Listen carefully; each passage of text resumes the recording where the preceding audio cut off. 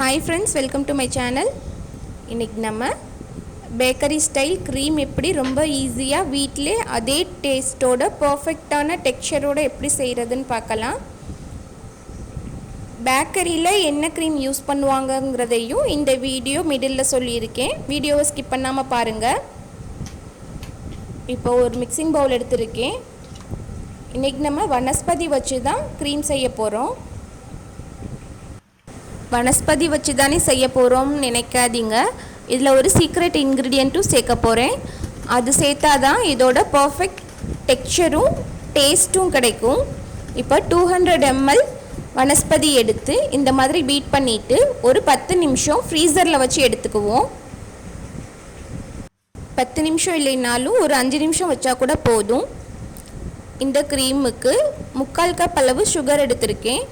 இதை மிக்ஸி ஜாரில் போட்டு நல்ல நைஸ் பவுடராக அரைச்சி எடுத்துக்குவோம். அரைச்சதோடு இல்லாமல் இந்த மாதிரி நைஸ் சல்லடை வச்சு நல்லா சலிச்சு எடுத்துருங்க. அப்போ தான் அந்த சுகர் வாயில் கடிப்படாமல் இருக்கும், க்ரீமி டெக்ஸ்சரில் இருக்கும். அதுக்காக தான் இந்த ப்ராசஸ். இது செஞ்சால் தான் உங்களுக்கு பர்ஃபெக்டான டெக்ஸ்சரும் டேஸ்ட்டும் கிடைக்கும். ஐசிங் சுகர் இருந்தால் அந்த சுகர் யூஸ் பண்ணிக்கோங்க, இல்லாதவங்க இந்த மாதிரி செஞ்சுக்கங்க.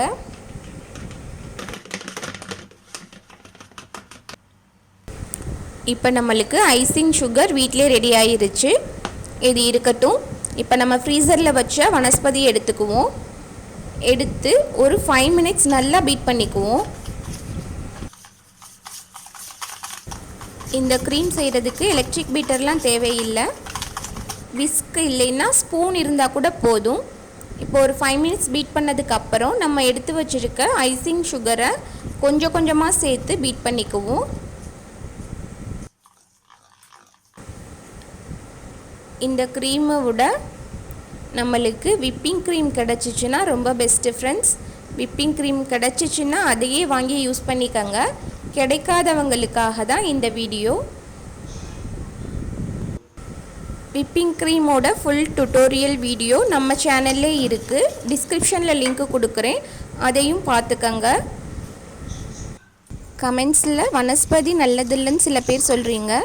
பேக்கரியில் நம்ம பாஸ்ட்ரி கேக்ஸ் வாங்கி சாப்பிட்டோம்னா அதுவும் இதே மாதிரி தான் கிட்டத்தட்ட. அதனால் அங்கே வாங்கி சாப்பிட்றதுக்கு நம்மளே செஞ்சுட்டு போயிடலாம்.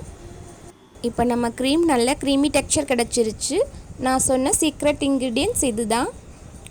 1/2 கப் அளவு மில்க் பவுடர் சேர்த்துக்கங்க.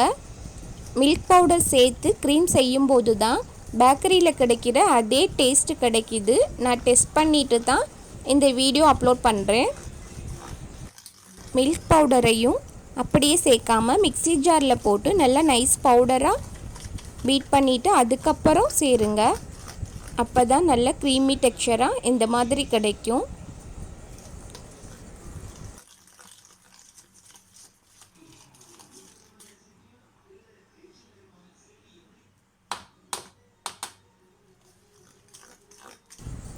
மில்க் பவுடரை பாதி பாதியாக சேர்த்து ஃபஸ்ட்டு சேர்த்தது நல்லா மிக்ஸ் ஆனதுக்கப்புறம் அடுத்ததை சேர்த்துக்கங்க. மீதம் இருக்க எல்லாத்தையும் சேர்த்துடுறேன்.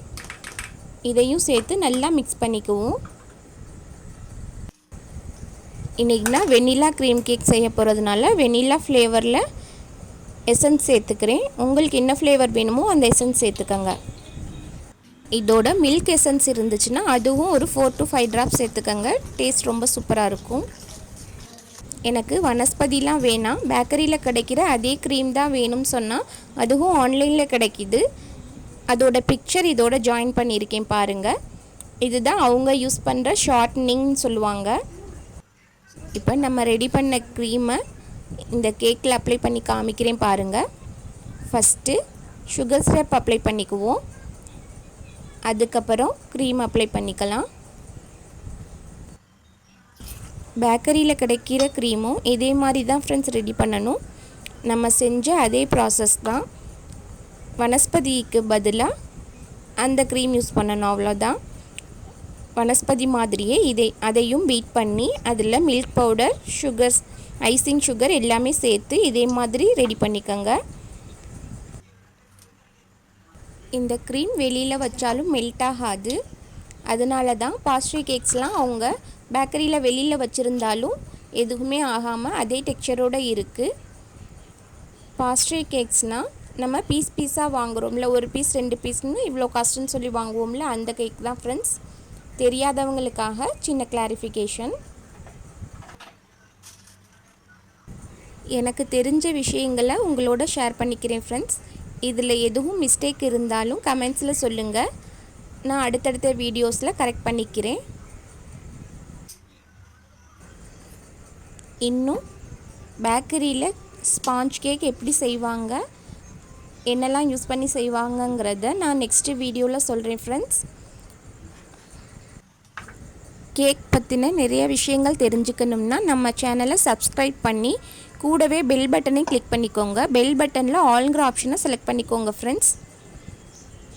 நான் மீத இருக்க க்ரீமில் கொஞ்சமாக பிஸ்தா எசன்ஸ் சேர்த்து இந்த மாதிரி மேலே ஃப்ளவருக்கு மட்டும் சேர்த்துருக்கேன்.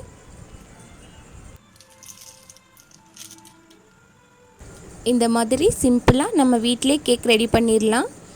இதுக்கு அதிக காஸ்ட்டும் ஆகாது. நம்ம குழந்தைங்களுக்கு நம்ம கையில் செஞ்சு கொடுத்தோங்கிற திருப்தியும் இருக்கும். இந்த வீடியோ பிடிச்சிருந்தால் லைக் பண்ணி ஷேர் பண்ணுங்கள். நம்ம சேனலை சப்ஸ்கிரைப் பண்ணி கூடவே பெல் பட்டனையும் கிளிக் பண்ணிக்கோங்க. பெல் பட்டனில் ஆல்ங்கிற ஆப்ஷனை செலக்ட் பண்ணி வச்சுக்கோங்க. அப்போ தான் நான் போடுற வீடியோஸ் உடனுக்குடன் உங்களுக்கு நோட்டிஃபிகேஷனில் காமிக்கும்.